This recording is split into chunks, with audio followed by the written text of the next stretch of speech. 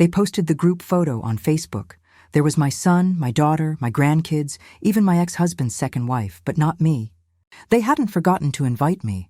They'd chosen not to. I'm Linda Cartwright, 67 years old, retired after 42 years in the school system. I was the one who always organized everything. Birthdays, holidays, get-togethers. My house was the heartbeat of the family until I wasn't needed anymore. It was a quiet Sunday afternoon when my neighbor Sandy knocked with her tablet, giggling about my big old reunion. I smiled politely, confused. Then she flipped the screen toward me. There it was, a family reunion picnic at Liberty Park in Cincinnati. Tables decked out in red, white, and blue. Kids running in sprinklers, folding chairs full of my blood. I stared. My son Jason, arm around his wife. My daughter Emily, holding a drink and laughing beside her cousins. Even my 3 grandkids. No one had told me. Not a text, not a call, nothing. And the worst part, they used my money to fund it. I'm not rich, but I've always been generous. Years ago, I opened a shared family account to help with emergencies and events. I was the sole primary on the account, but everyone had access. I never imagined they'd use it to exclude me. For years, I gave without keeping score. I paid for college textbooks, sent grocery money during hard times, covered the down payment on Jason's first home. Emily needed dental surgery. I paid because that's what moms do, right? That night, I sat at the kitchen table holding my ceramic mug with trembling fingers. Cold tea. I felt humiliated. Not because they had fun, but because they'd done it without me and with my money. I called Jason. No answer. Emily texted back saying it wasn't a big deal. Just something thrown together last minute. Except the decorations, food truck, and matching shirts told a different story. They'd lied, and then gaslit me for feeling hurt. That's when something inside me shifted. I'd spent my life sacrificing, putting everyone else first. And this was how they repaid me. I wasn't going to scream or beg or cry. No, I was going to remind them who built the table they were now feasting at. And it all began with one click. I didn't do anything rash. Not at first. I closed the account with calm fingers, confirming each step like I was paying bills. No drama, no warnings, just silence. Then I got up, watered my plants, and made a sandwich. That's the thing about being ignored for long enough. Eventually, the peace becomes your weapon. The next day, my phone rang 5 times before noon. Jason, Emily, my niece, Kelsey, all just checking in. But I knew they'd noticed. Jason was the first to crack. Mom, hey, weird thing. The family card got declined when I tried to pay for Leo's camp deposit. Do you know what's going on? I paused. Oh, I thought it wasn't a big deal, I said, repeating his sister's words back to him. Just something thrown together last minute. There was silence, then stammering. It's not about the reunion, but it is, Jason. I kept my voice even. It's about respect. Later that evening, I sat on the porch watching the sky melt into orange. I wasn't angry anymore. I was clear. This wasn't about a picnic. This was about how I had become useful, not loved. They thought I was just the woman behind the checks, the fixer, the giver. And once they didn't need fixing, they erased me. It hurt more than I'll ever let them know. But I'd been through worse. I'd raised 2 kids while working full-time and taking night classes. I survived my husband's affair and his smug second wife, walking into my grandchildren's lives like I was the nanny. I'd swallowed a lot in my life. Now I was full. They called again. Emily's voice was colder this time. Are you seriously punishing us by closing the account? She snapped. That's not fair to everyone else. I nearly laughed. Funny, I replied. I wasn't invited. So why would everyone else matter more than the one who made sure those bills were paid? She hung up. Not a sorry, not a hint of remorse. And then the real unraveling began. I started getting little messages from family members I hadn't heard from in ages. Hey, Aunt Linda. Just wondering if you're still helping with gas cards this summer. Hi, Mom said you might chip in for the Airbnb at Lake George. Each time I replied with the same message. I'm no longer managing family support funds. Please speak to Jason or Emily. Let them carry the weight they once begged me to hold. Let them answer the questions. Let them be the center. If they wanted me invisible, I would grant their wish. Still, I wasn't done. The account had been the backbone of family logistics. Phone plans, grocery subscriptions, even the Hulu account, all tied to it. One by one, I started removing my name, canceling payments. Jason's phone plan stopped working on the day of his big Zoom pitch. Emily texted in all caps. Netflix isn't working. Did you do something? No, sweetheart. You did something. I wasn't out for revenge. I just wanted them to see me. Not as a bank, not as a background figure, but as their mother, as their family. But the truth was, if you erase someone long enough, you might not recognize them when they return. I'd always been the soft place they landed. Now I was the mirror. It's funny, the things you think about when your world shrinks. I used to schedule everything around my family, bake cookies for school fundraisers, send birthday cards with crisp $20 bills, and host Thanksgiving dinners that left me with sore feet but a full heart. Now my days were silent, so I filled them with something new. I remembered how it felt when I saw that photo online. The red, checkered tablecloths, the grandkids laughing, the matching shirts, a family pretending the woman who held it all together didn't exist. They thought I'd fade. They thought I'd sit home with my regrets and reruns. But instead, I pulled out my spiral notebook and started writing names. Not theirs, mine. I decided to host a small gathering, a reunion of my kind. Not just blood, but heart. Old colleagues, neighbors who brought me soup when I was sick, friends I met in a widow support group, even a former student who once said, "You changed my life." These were people who remembered me. Not for what I gave, but for who I was. I booked the community center downtown, the same one Jason's wife once called too run down for our taste. I loved its old brick walls and wooden beams. I arranged catering, real Southern comfort food, fried chicken, collard greens, biscuits. I paid for it myself from my private account, the one they never knew about. Then I printed invitations, simple gold-lettered cards that said, "You are invited to a gathering of gratitude and grace, hosted by Linda Cartwright." No RSVP required, no matching shirts, no fake smiles. I spent days assembling gift bags, each one with a handwritten note, a photo memory if I had one, and a little jar of homemade jam. I didn't post anything about it online.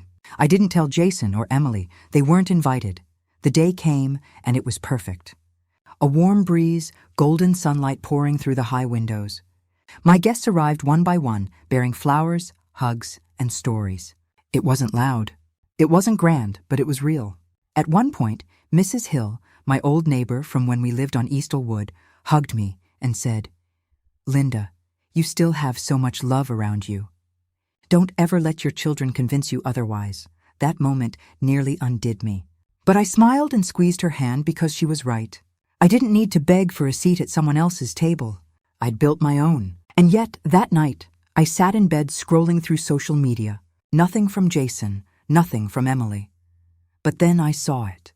A post from my granddaughter, Megan. "Wish Grandma had been at the reunion." It felt weird without her. Tears filled my eyes.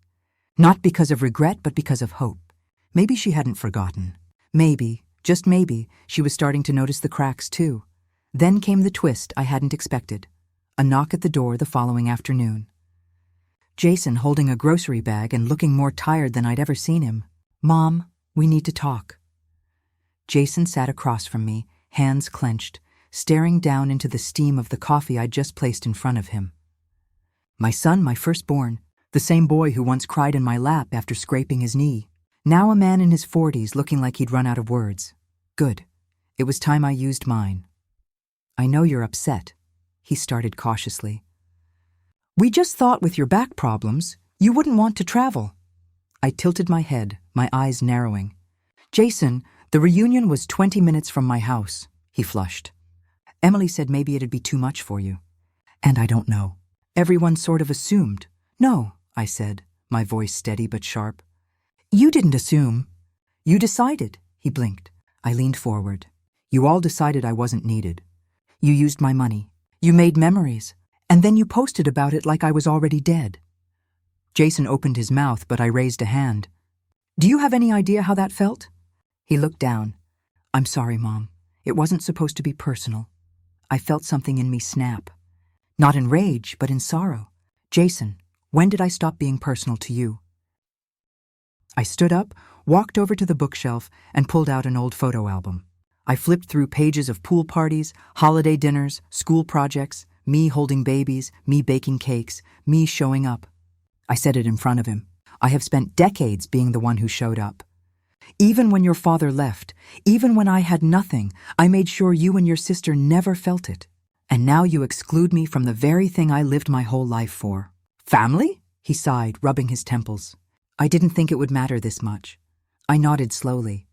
Of course not, because I've never let it show when it mattered to me. I just kept giving, paying, solving. He looked at me, his expression beginning to crumble. I didn't mean to hurt you, Mom. I nodded again. But you did. We sat in silence for a long time.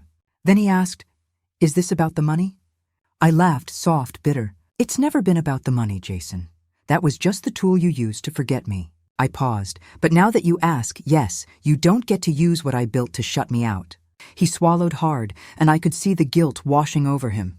But guilt wasn't what I wanted anymore. I didn't need him to be sorry.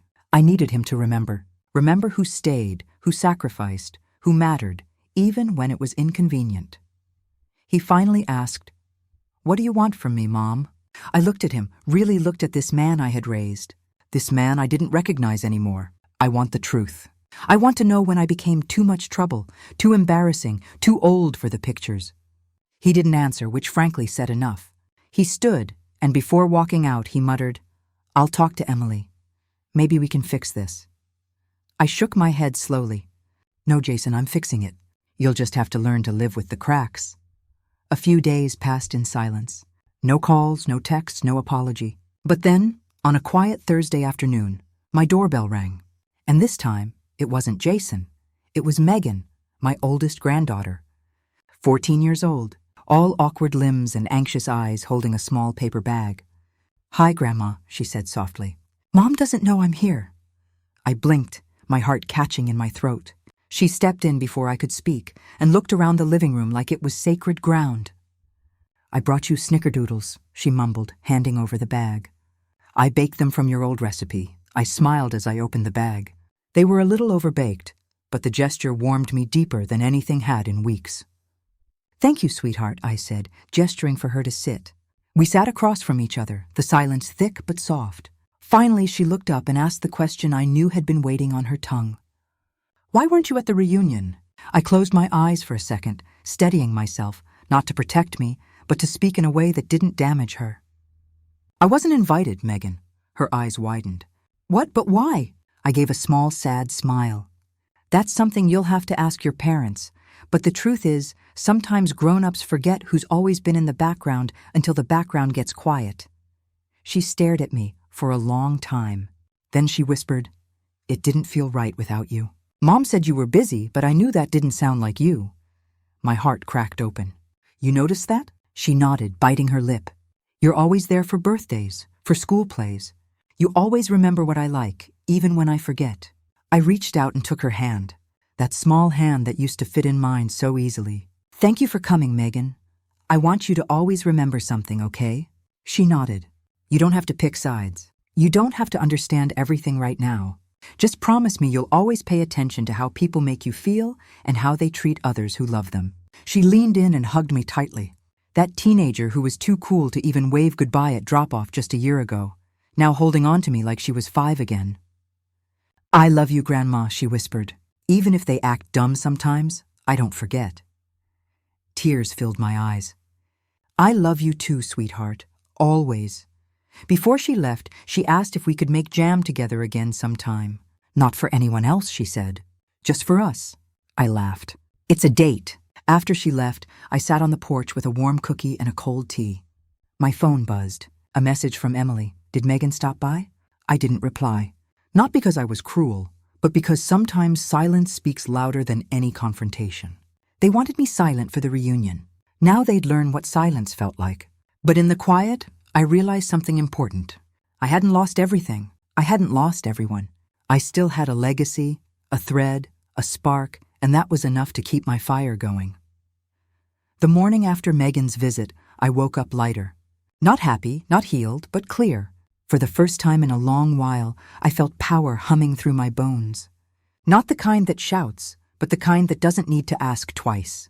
I pulled out a manila folder from my file cabinet. Inside, account numbers, documents, legal letters, years of quietly managing things no one else cared about. I'd set up the family mobile plan, the car insurance bundle, even Jason and Emily's shared roadside assistance account years ago when they were both too broke or too distracted to manage it themselves. They treated me like a retired woman with nothing better to do. But they forgot.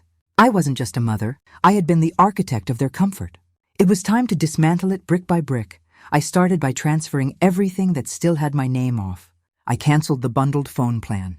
Their numbers went dark within 24 hours. I suspended the insurance policy I'd paid into, the automatic payments for their streaming, grocery apps, kids' tutors, all gone. Then I made one final call to my attorney. He had drafted my will 10 years ago, back when I still thought the biggest tragedy would be dying before seeing my grandkids graduate. Now I had a new request. I updated the beneficiaries, removed Jason and Emily from every asset they assumed would fall in their laps. Instead, I redirected everything, my home, my pension account, even my life insurance policy, to a trust for Megan, accessible only when she turns 25 and only if she remains in good standing. By my definition, not her parents, I added a note. To the one who showed up that weekend, I invited a few close friends to a quiet garden brunch at the Botanical Center. I made sure to dress elegantly. I knew Emily's friend Caroline would be there. She always was when something was worth gossiping about. I welcomed her with a warm smile and said loud enough for others to hear, "Isn't it peaceful not worrying about hosting the family anymore?" She blinked, confused. "Oh, so you're really stepping back?" I smiled and sipped my tea. I'm exactly where they asked me to be, out of their way. Word travels fast in small towns. By Monday morning, Emily's cryptic Facebook status read, "Be careful who you push away. Not everyone comes back," Jason emailed me. Not called, emailed. "Mom, we really need to talk." The insurance lapsed. I got a fine. Megan mentioned something about a trust. "What's going on?" I didn't reply, because when someone makes you a stranger, you don't owe them explanations. Instead, I printed out one final letter and mailed it to both their homes. "Dear Jason and Emily, you taught me something I never expected to learn this late in life, that love without respect is just quiet cruelty. You chose to move forward without me, so now I'm doing the same. Please do not contact me unless it's for something truly urgent. I am fine, I am free, and I am finished pretending with grace." Mom, it wasn't revenge. It was recognition of who they really were and who I had always been until I stopped being convenient. It was a rainy Monday when it arrived, an envelope hand-addressed in neat blue ink. Not a bill, not a flyer, no return address. I opened it slowly, sitting at the same kitchen table where I used to pack school lunches and sign permission slips. Inside was a folded piece of paper. One line across the top, written in that uneven half-cursive script only one person in the world still used. "Grandma, can I still come over?" Megan, my hands trembled. It was simple, innocent, but it hit like a thunderclap. It wasn't a text. It wasn't some social media post designed for sympathy clicks. It was a letter, a real one, thought out, sent with purpose. She had written it, licked the envelope, mailed it, because she wanted to make sure I knew she still saw me. That night, I sat by the window as rain danced against the glass, thinking about the decades I'd spent bending myself into a version of mother and grandmother that made everyone else comfortable. Always available, always saying yes, always smiling through the slits. But now I wasn't bitter. I was awake, and that one sentence from Megan reminded me of the version of family I still believed in. The next Saturday, I picked her up from school in my old Ford. She ran across the parking lot with the kind of joy that can't be faked. We went to the farmer's market, bought peaches and honey, and picked out a jar of her favorite pickles. We sat on a bench under a tree, and she told me about her classes, her friends, and the boy she maybe liked. "But don't tell Mom," I promised. Later, back at my house, I handed her a little box. Inside was a key to my home, to my heart, to everything they tried to take from me, but couldn't. "This is yours," I told her. "You don't need to knock anymore." She looked up, eyes full. "I'll never forget you, Grandma." I smiled, holding her hand. "I know, sweetheart, and that's why you never need to earn your place here. You already have it." The final piece fell into place that evening. I got a call from an unknown number. I almost let it go to voicemail, but something told me to answer. "Hello?" A soft voice. "Linda." I froze. It was him, my ex-husband Frank. We hadn't spoken in years. "I heard what happened," he said, "about the reunion, about the kids. I'm sorry." I didn't know they'd treat you that way." Silence stretched between us like a taut thread. Then he said, "You didn't deserve that. Not after everything you did for this family." It was strange hearing him say those words after all these years. He hadn't defended me at the reunion. He hadn't even noticed my absence. But now, hearing my name and his voice tinged with regret felt like closing a book I'd kept open too long. "Thank you," I said. "But I'm okay now." "I'd like to make things right," he said. I smiled politely.